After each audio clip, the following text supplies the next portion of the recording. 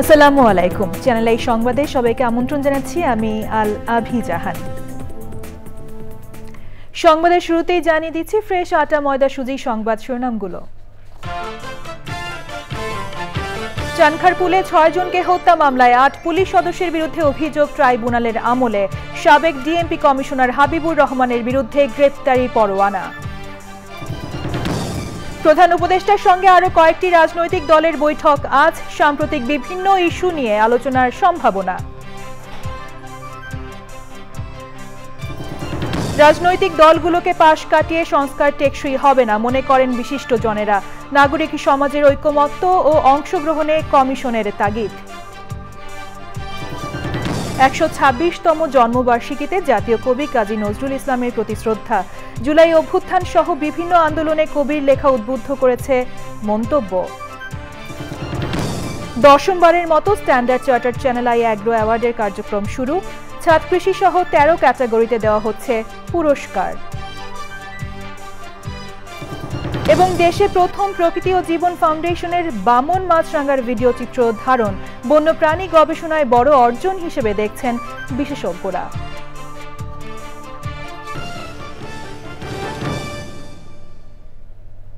সংবাদ শিরোনামগুলো জানাচ্ছিলাম। এখনকার এই সংবাদ আয়োজন একই সঙ্গে চ্যানেল আই এর ইউটিউব চ্যানেলে এবং চ্যানেল আই এর ওটিটি প্ল্যাটফর্ম আই স্ক্রিনে লাইভ স্ট্রিম হচ্ছে। এবার বিস্তারিত প্রসঙ্গ।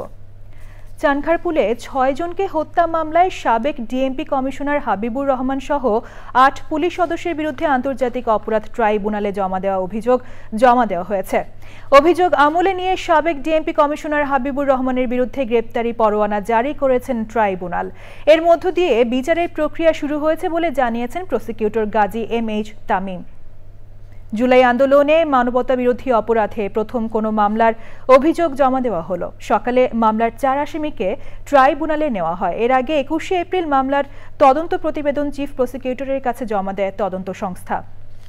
হাবিবুর রহমান ছাড়াও মামলার অন্য আসামিরা হলেন ডিএমপির সাবেক যুগ্ম কমিশনার সুদীপ কুমার চক্রবর্তী, রমনা জোনের সাবেক এডিসি শাহ আলম মোহাম্মদ আক্তারুল ইসলাম ও এসি মোহাম্মদ ইমরুল, শাহবাগ থানার সাবেক পুলিশ পরিদর্শক আরশাদ হোসেন, কনস্টেবল সুজন, ইমাজ হোসেন ও নাসিরুল ইসলাম। তাদের মধ্যে পলাতক 4 জন। আশুলিয়ায় 6 মরদেহ পোড়ানোর মামলায় 7 আসামিকে ট্রাইব্যুনালে নেওয়া হয়েছে। এই মামলায়ও তদন্ত শেষ হয়েছে। কয়েকদিনের মধ্যে প্রসিকিউশনের কাছে চূড়ান্ত প্রতিবেদন জমা দেওয়ার সম্ভাবনা রয়েছে। আজকে প্রথম যে সকল আসামিরা উপস্থিত আছেন তাদেরকে একটি করে এই কপি প্রদান করার জন্য বলে দিবেন। আর যারা উপস্থিত নাই তারা যে ইচ্ছাকৃতভাবে পলাতক আছে এটি যদি ট্রাইব্যুনালের কাছে প্রতীয়মান হয় এবং সে মর্মে রিপোর্ট আসে তবে তাদের জন্য প্রত্যেকের জন্য স্টেট ডিফেন্স কাউন্সিল মানে রাষ্ট্র নিয়োজিত আইনজীবী প্রদান করা হবে। পরবর্তীতে 4 শুনানি, পরবর্তীতে সাক্ষী উপস্থাপন, এভাবেই ট্রাইব্যুনালের বিচার কাজ আইন অনুযায়ী এগিয়ে যাবে।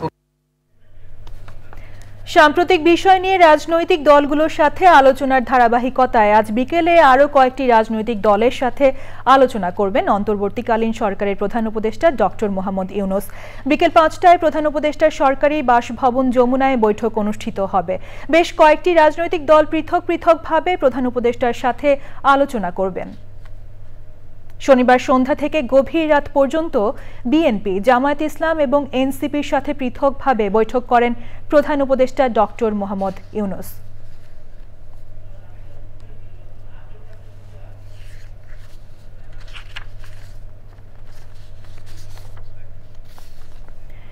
বিএনপির সিনিয়র যুগ্ম মহাসচিব রুহুল কবির রিজভী বলেছেন, নির্বাচন নিয়ে অন্তর্বর্তী সরকার গড়িমসি করছে। তিনি প্রশ্ন করেন, নির্দিষ্ট সময়ের মধ্যে নির্বাচনের কথা বলা মহাপাপ কিনা। তিনি বলেন, অন্তর্বর্তী সরকার হবে নিরপেক্ষ, কিন্তু তারা একটি দলকে সমর্থন দিচ্ছে। কয়েকজন উপদেষ্টা বিতর্কিত ভূমিকা পালন করছেন বলে অভিযোগ করেন রিজভী। একটি মুক্ত পরিবেশ এবং সত্যিকার গণতন্ত্রের পরিবেশ ফেরানোর জন্যই তো আমাদের এই সংগ্রাম, আমাদের কি বলে যে আন্দোলন ছিল। তো তাহলে আপনার এই নির্বাচন নিয়ে গড়িমসি করা হচ্ছে কেন? এটা কি নির্বাচনের কথা বলা, নির্দিষ্ট সময়ের মধ্যে নির্বাচনের কথা বলা, এটা কি মহাপাপ? আজকে উপদেষ্টাদের কথা শুনে সেটা মনে হচ্ছে, এবং তারা নানাভাবেই বিভিন্ন মানুষকে দিয়ে এটা প্রভোগ করার চেষ্টা করছেন। কেন?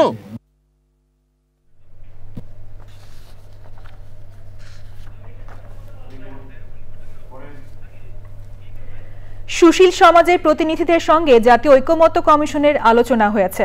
রাজধানী কৃষিবিদ ইনস্টিটিউট কেআইবির সেমিনার হলে আলোচনায় সংস্কার ও আইন শৃঙ্খলা পরিস্থিতি সহ বিভিন্ন বিষয় উঠে আসে। Bangladesh institute of peace and security স্টাডিজের প্রেসিডেন্ট অবসরপ্রাপ্ত মেজর জেনারেল ANM মনিরুজ্জামান বলেছেন, জাতীয় নেতৃবৃন্দ ও রাজনৈতিক দলগুলোকে পাশ কাটিয়ে সংস্কার করা হলে তা টেকসই হবে না। গণমাধ্যম সংস্কার কমিশনের সদস্য ডক্টর গীতিয়ারা নাসরিন প্রশ্ন তোলেন, গণমাধ্যম বর্তমানে যেভাবে আছে যদি সেভাবেই থাকে তবে নির্বাচনও ঠিকঠাকভাবে করা যাবে কিনা। সে সময় নারী সংস্কার কমিশনের রিপোর্ট ঘিরে নারীদের কণ্ঠ রোধ করা ও মব ভায়োলেন্সের বিষয়ে আশঙ্কার কথাও জানান। আলোচনায় ঢাকা বিশ্ববিদ্যালয়ের শিক্ষক সামিনা লুৎফা বলেন, আইন শৃঙ্খলা পরিস্থিতি ঐকমত্যের ক্ষেত্রে বিরূপ প্রভাব ফেলছে। সে সময় জাতীয় ঐকমত্য কমিশনের সহ সভাপতি ডক্টর আলী রিয়াজ বলেন, কেবল রাজনৈতিক দলের ঐকমত্য যথেষ্ট নয়, নাগরিক সমাজের ঐকমত্য অংশগ্রহণও প্রয়োজন। অমিত সম্ভাবনা তৈরি করেছে, কিন্তু যে কোনো সম্ভাবনা যেমন চ্যালেঞ্জ তৈরি করে, এই পরিবর্তনের চ্যালেঞ্জগুলি অত্যন্ত কঠিন, কঠোর। কেননা চেষ্টাটা হচ্ছে রাষ্ট্র কাঠামো কিছু প্রাতিষ্ঠানিক এবং কাঠামোগত পরিবর্তন। সেটা খুব সহজ হওয়ার কথা নয়। আমাদের প্রত্যাশা যে সমাজের বিভিন্ন অংশের মধ্যে, রাজনৈতিক দল সহ বিভিন্ন অংশের মধ্যে এই যে ঐতিহাসিক মুহূর্ত, এই যে ঐতিহাসিক সুযোগ, দেশের এভিয়েশন শিল্পে চলমান সব সমস্যা সমাধানের কাজ করছে বেসামরিক বিমান পরিবহন ও পর্যটন মন্ত্রণালয়। এয়ারলাইন্স খাতের উন্নয়নে কর্মপন্থা নির্ধারণে আন্তঃমন্ত্রণালয় সভায় এই আশ্বাস দেন বেসামরিক বিমান পরিবহন ও পর্যটন উপদেষ্টা। টেকসই এভিয়েশন শিল্প নিশ্চিতে অন্তর্বর্তী সরকারের আন্তরিকতার প্রশংসা করেন এভিয়েশন সংশ্লিষ্টরা। সাদি মাহমুদের রিপোর্ট। বেসরকারি এয়ারলাইন্স খাতের উন্নয়নের কর্মপন্থা নির্ধারণের জন্য বেসামরিক বিমান পরিবহন ও পর্যটন মন্ত্রণালয়ে আন্তঃমন্ত্রণালয় সভা। যোগ দেন বিভিন্ন মন্ত্রণালয়ের সচিব, বেসামরিক বিমান চলাচল কর্তৃপক্ষ, বিমান বাংলাদেশ এয়ারলাইন্স ও এভিয়েশন অপারেটর্স অ্যাসোসিয়েশন অব বাংলাদেশের কর্মকর্তারা। সভায় উপস্থিত থেকে দেশের এভিয়েশন খাতের সমস্যা আর সম্ভাবনার কথা শোনার পাশাপাশি দিক নির্দেশনা দেন উপদেষ্টা। We'll try to understand you and then try to, wherever it's necessary, to deregulate and regulate. That's the whole idea. So this is a specifically learning session for me. ব্যবসা বান্ধব নীতি, নিরাপত্তা ব্যবস্থার উন্নয়ন, উন্নত যাত্রী সেবা ও দক্ষ বিমানবন্দর ব্যবস্থাপনা নিশ্চিতের মাধ্যমে এভিয়েশন শিল্পকে এগিয়ে নেওয়ার কথা বলেন এভিয়েশন সংশ্লিষ্টরা। আমাদের যে অনেকগুলো সমস্যা, আমরা কিন্তু বলার আগেই অ্যাডভাইজার মহোদয় সেটা নিজের থেকে উদ্যোগ নিয়ে সেগুলো সমাধান করার জন্য কাজ করছেন, এবং যেগুলো অনেক কিছু আছে যেগুলো নিয়ে আমরা এখন কিছু কিছু কমিটি তৈরি করে দেওয়া হয়েছে এবং সিভিল এভিয়েশনকে কিছু দায়িত্ব দেওয়া হয়েছে। আমরা আশা করছি যে অ্যাডভাইজার মহোদয়ের ডাইরেক্টিভস অনুযায়ী সেই সমস্যাগুলোর সমাধান আমরা পাব। এভিয়েশন শিল্প মানে শুধু উড়োজাহাজ বা বিমানবন্দর নয়, এর অন্যতম গুরুত্বপূর্ণ অংশ দক্ষ মানব সম্পদ। তাই দক্ষ মানব সম্পদ তৈরি এবং তাদের যথাযথ প্রশিক্ষণের ওপর গুরুত্ব দেওয়া হয় সভায়। সাদি মাহমুদ, চ্যানেল আই, ঢাকা। দেশের কৃষি ও খাদ্য নিরাপত্তা ক্ষেত্রে নিরলস ভূমিকা রাখা ব্যক্তি ও প্রতিষ্ঠানকে সম্মানিত করতে দশমবারের মতো standard chartered channel I agro অ্যাওয়ার্ডের কার্যক্রম শুরু হয়েছে। সংবাদ সম্মেলনে আয়োজকরা জানান, এবার ছাদ কৃষি সহ 13 ক্যাটাগরিতে দেওয়া হচ্ছে এই পুরস্কার। জাকিয়া আক্তারের report.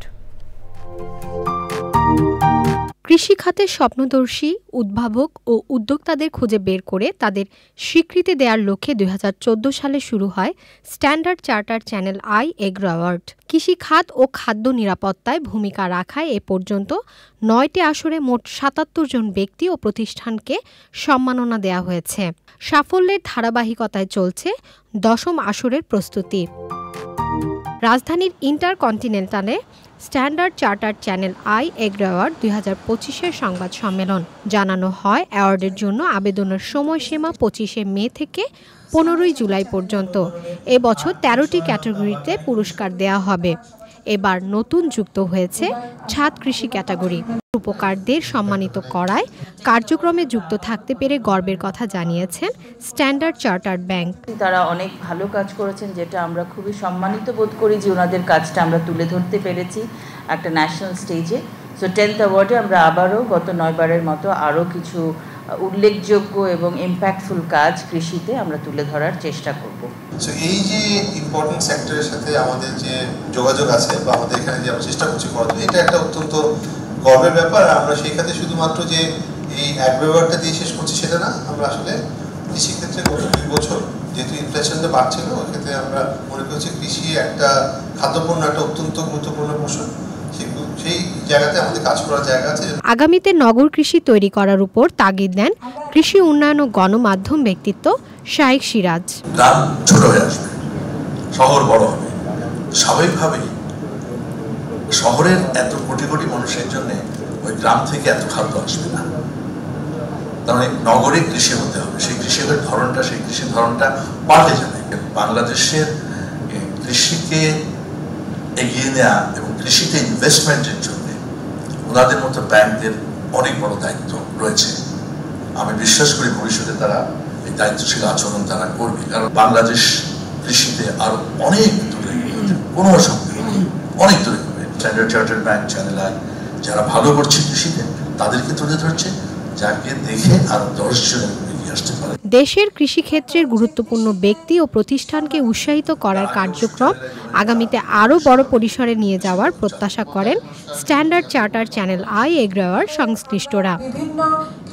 Zakia Akter, channel I, Dhaka. উজ্জ্বল কমলা আর নীল রঙের অদ্ভুত সুন্দর পাখি ওরিয়েন্টাল ডোর্ফ কিংফিশার বা উদয়ী বামন মাছরাঙা। দেশে প্রথমবারের মতো দুর্লভ এই পাখিটির ভিডিও চিত্র ধারণ করেছে প্রকৃতি ও জীবন ফাউন্ডেশনের দল। ধৈর্য আর অদম্য চেষ্টায় মৌলভীবাজারের সংরক্ষিত বনাঞ্চলে খুদে এই মাছরাঙার দেখা পায় দলটি, যা দেশের বন্যপ্রাণী গবেষণায় একটি বড় অর্জন হিসেবে দেখছেন গবেষক ও বিশেষজ্ঞরা। আফরোজা হাসির রিপোর্ট।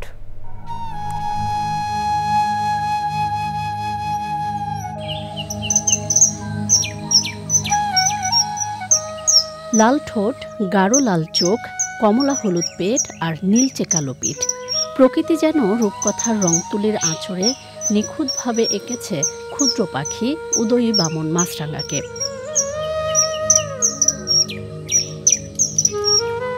13 সেন্টিমিটার দৈর্ঘ্যের ছোট্ট এই পাখিটি অত্যন্ত নিভৃতচারী। পাহাড়ি, ছায়াঘন, নির্জন ও গহীন বনের ঝিরি বা জলধারার পাশেই বাস শিকারী।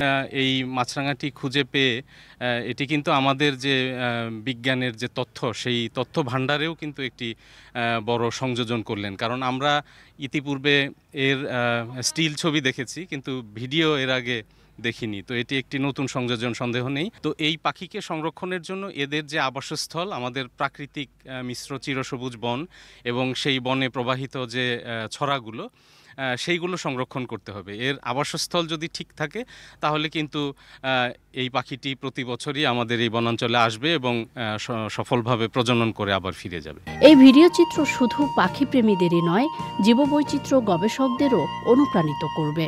এই মাছরাঙাটা শীতের সময় না, এটা বর্ষাকালে কিংবা গরমের সময় দেখা যায় এই মাছরাঙাটা। এবং এই মাছরাঙাটা আসে কিন্তু বাইরের থেকে, এসে লম্বা সময় থাকে। সুতরাং বলতে পারি আমাদেরও দেশের মাছরাঙা। অনেক সময় কিন্তু এই ধরনের খুব আশ্চর্যজনক ঘটনা ঘটে, যেটা আগে কখনো আমরা যে ধরনের প্রাণী পাইনি সেই ধরনের একটা প্রাণী হয়তো হঠাৎ করে চলে আসে সামনে। তো এই বামন মাছরাঙাটাও কিন্তু সেই রকমই আমরা পেয়েছি এবং এটা সত্যি একটা রেকর্ডেড জিনিস হয়ে গেল। আমাদের ফিউচার রেফারেন্সের জন্য, এবং যারা নিয়ে গবেষণা করে, যারা নিয়ে কাজ করে, তাদের জন্য এটা খুবই উপকারে লাগবে। সুতরাং প্রকৃতিজন ফাউন্ডেশন সবসময় নানা জিনিসের মধ্যে ইনভলভ, নানা কাজ করছে, তার সাথে কিন্তু এটা একটা বিরাট পাওনা। বাংলার প্রকৃতিতে রহস্যময় ও নান্দনিক এই পাখির উপস্থিতি সবাইকে পরিবেশ প্রতিবেশ ও জীববৈচিত্র্য রক্ষায় আরও সচেতন করবে প্রত্যাশা সব মহলের। আফরোজা হাসি, চ্যানেল আই।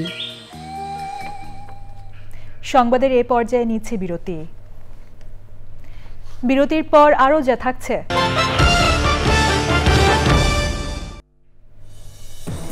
বিরতির পর আবারও আমন্ত্রণ জানাচ্ছি। জাতীয় কবি কাজী নজরুল ইসলামের ১২৬তম জন্মবার্ষিকীতে শ্রদ্ধা জানিয়ে বিশিষ্টজনেরা বলেছেন, প্রেম ও দ্রোহের কবির লেখা সাহিত্যকর্ম ও গান থেকে যুগে যুগে মানুষ শিক্ষা নিয়েছে। তারা বলেন, জুলাই আন্দোলন সহ বিভিন্ন আন্দোলন সংগ্রামে তিনি উদ্বুদ্ধ করেছেন। বিদ্রোহী কবির জন্মদিন উদযাপনে সরকারি ও বেসরকারি পর্যায়ে রয়েছে নানা আয়োজন। বর্ণাঢ্য আয়োজন রয়েছে চ্যানেল আই এর পর্দায়। শাকের আদনানের রিপোর্ট।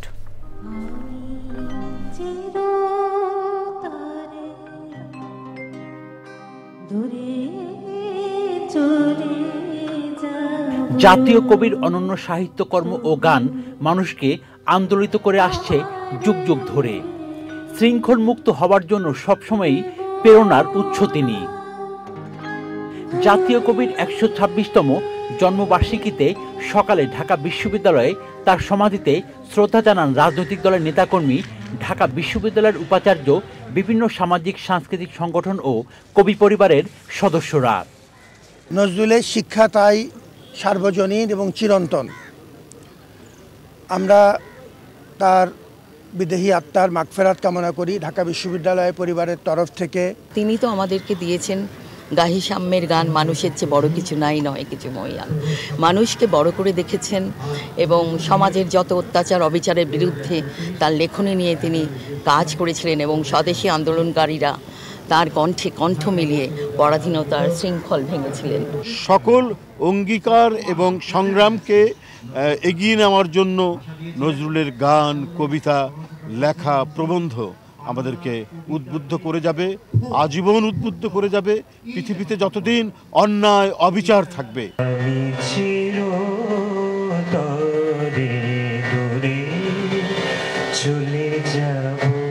১৩০৬ বঙ্গাব্দের ১১ই জ্যৈষ্ঠ অবিভক্ত ভারতের পশ্চিমবঙ্গের বর্ধমান জেলার আসানসোল মহকুমার চুরুলিয়া গ্রামে জন্মগ্রহণ করেন কবি কাজী নজরুল ইসলাম। শাকের আদনান, চ্যানেল আই, ঢাকা। ৩০তম প্রতিষ্ঠাবার্ষিকী উদযাপন করেছে south east bank PLC. Bangladesh চীন মৈত্রী সম্মেলন কেন্দ্রে ছিল প্রতিষ্ঠাবার্ষিকীর বর্ণাঢ্য আয়োজন। অনুষ্ঠানে দেশের অর্থনৈতিক উন্নয়নে নিজেদের মূল্যবোধকে আঁকড়ে ধরে এগিয়ে যাওয়ার প্রত্যয় ব্যক্ত করেন ব্যাংকের ঊর্ধ্বতন কর্মকর্তারা।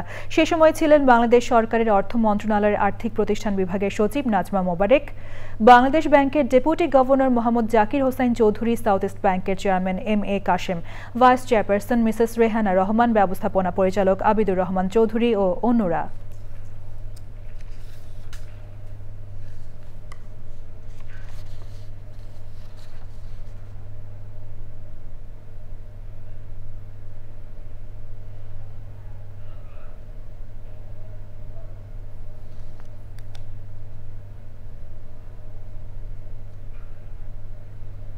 এবার রয়েছে নিটোল টাটা কৃষি সংবাদ।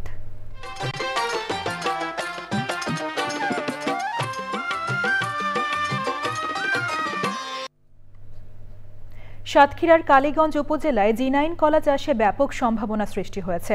১ বছর আগে স্থানীয় কৃষি সম্প্রসারণ অধিদপ্তরের সহায়তায় ২০০ চারা লাগিয়ে প্রথমবারের মতো জি9 কলার চাষ শুরু করেন কৃষক মাসুদুর রহমান। তাকে দেখে অনুপ্রাণিত হয়ে ১০০-র বেশি কৃষক এই কলা চাষে ঝুঁকেছেন। এবার প্রকৃতি সংবাদ।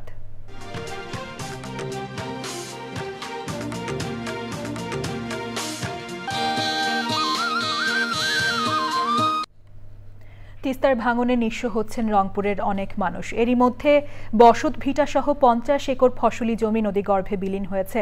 হুমকিতে তিস্তা সেতু ও রংপুর লালমনিরহাট সড়ক। মাথা গোঁজার ঠাঁই সহ ফসলি জমি রক্ষায় ভাঙন রোধে দ্রুত প্রয়োজনীয় ব্যবস্থা নেওয়ার দাবি জানিয়েছেন ভুক্তভোগীরা।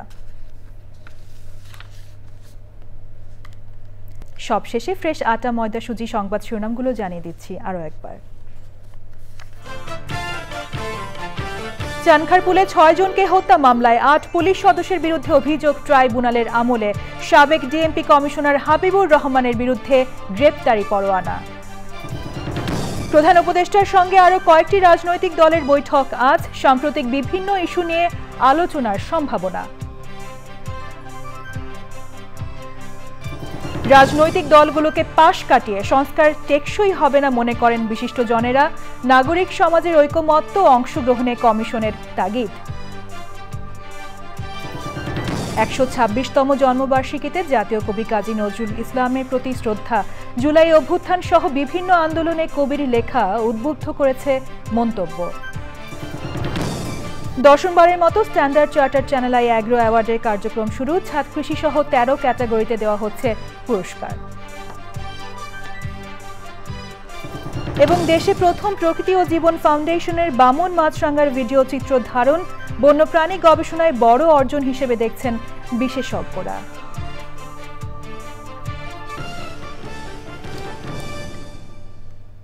পরবর্তী শীর্ষ খবর দেখার আমন্ত্রণ জানিয়ে শেষ করছি। সাথে থাকার জন্য ধন্যবাদ সবাইকে।